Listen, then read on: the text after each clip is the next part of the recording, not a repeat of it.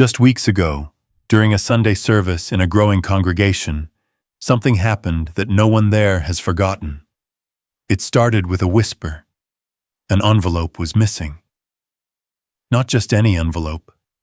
The Building Expansion Fund. And in a church that had been praying for growth, that mattered. The head usher leaned toward the pastor's wife. Her expression shifted, subtle, controlled, but enough for those nearby to notice. She scanned the sanctuary slowly. Then she said, calm but firm, "Call Brother Daniel forward." Several heads turned immediately. Daniel Okoye, third row from the back, simple shirt, worn Bible, quiet posture. He was always early, before most lights were on, setting up chairs, adjusting microphones, fixing loose hinges that nobody else noticed. Then he would slip quietly into the back pew. Never in front, never volunteering to speak, never drawing attention. When his name was called, he stood without hesitation. No confusion, no irritation. He walked down the aisle calmly. The room felt smaller with every step. The head usher cleared his throat. "One of the offering envelopes is missing." A murmur moved through the pews. The wealthy Harrington matriarch leaned forward. "We must protect the integrity of this church," she said evenly. She didn't accuse him directly. She didn't need to. Eyes were already fixed on Daniel. He handled the offering plates sometimes. He stayed late. He moved quietly. Suspicion travels fastest toward the quiet. The pastor remained seated, watching. The pastor's wife folded her hands. "Until this is clarified," she said, voice measured, "perhaps it would be best if you step back from serving for now." It sounded responsible, reasonable, protective. The congregation nodded softly. Daniel looked around once, not angry, not wounded, just aware. "If that protects the church," he said gently, "I will step aside." No defense, no explanation. That silence felt heavier than denial. He turned toward the aisle, and still, the pastor said nothing. The tension thickened. Was he unsure? Did he doubt Daniel too? Daniel took 2 slow steps. Then, "Before he leaves," the pastor's voice cut through the air. The sanctuary froze. "There is something you should know." Daniel stopped. He didn't turn immediately.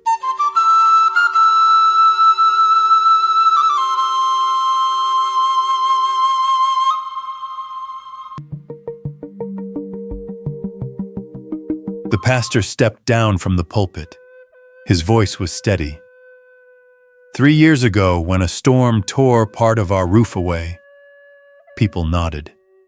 They remembered the buckets lining the floor, the emergency meetings, the fear that they might not recover.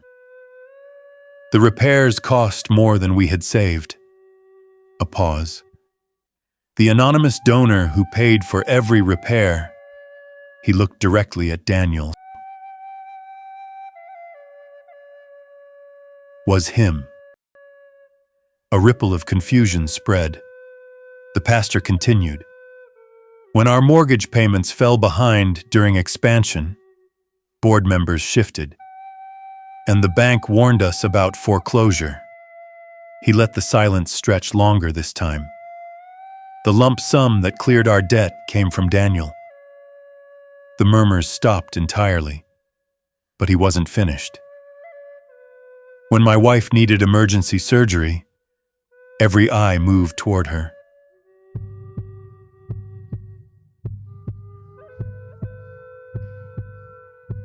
And insurance denied the claim." His voice softened slightly. the payment that ensured she received treatment. He swallowed once. Was Daniel. The pastor's wife's face drained of color. I made him promise, the pastor said quietly, that I would never tell anyone. Daniel had not moved. He stood exactly as he had when accused, calm, still. And there is more. The pastor's tone shifted. Brother Daniel Okoye is not a struggling young man trying to find his place here. A few eyebrows lifted. He is the sole inheritor of the Okoye Foundation. Whispers broke through the silence. One of the largest private family trusts in this region. The wealthy matriarch stiffened. The assets managed under that foundation exceed what this church has raised in its entire history. Silence. Complete. He never corrected you. The pastor's voice did not rise. He never mentioned his family name. He served because he believed in this church, not because he needed it. The treasurer suddenly stood, trembling. The missing envelope had been found, mishandled, covered, by the very man who had spoken loudest about accountability. No theft, but poor integrity. Judgment had moved too quickly. The wealthy matriarch rose sharply. This is irrelevant, she said. Character is not measured by money. The pastor nodded once. You're right. A pause. It is measured by humility, and by who chooses to serve without recognition. The room no longer supported her. She sat. Daniel finally turned toward the congregation. I lost my father before I inherited anything, he said quietly. The room shifted again, and I learned very quickly that wealth without humility destroys more than it builds. He looked across the sanctuary. When I first came here, I didn't come looking to be known. A breath. I came looking for something real.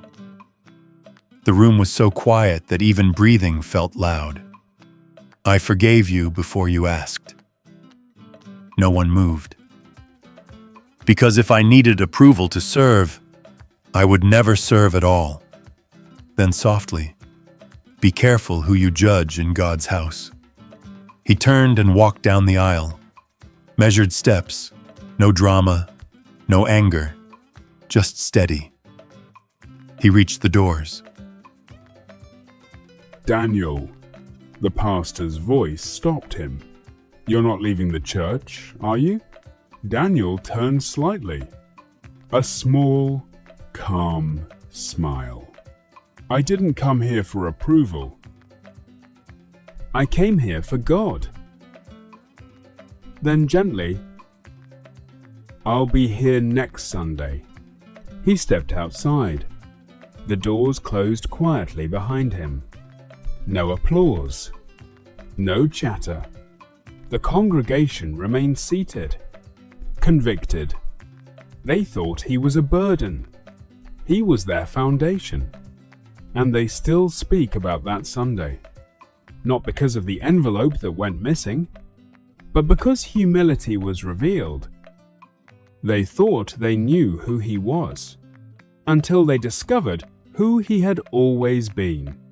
In this church, appearances almost destroyed something sacred.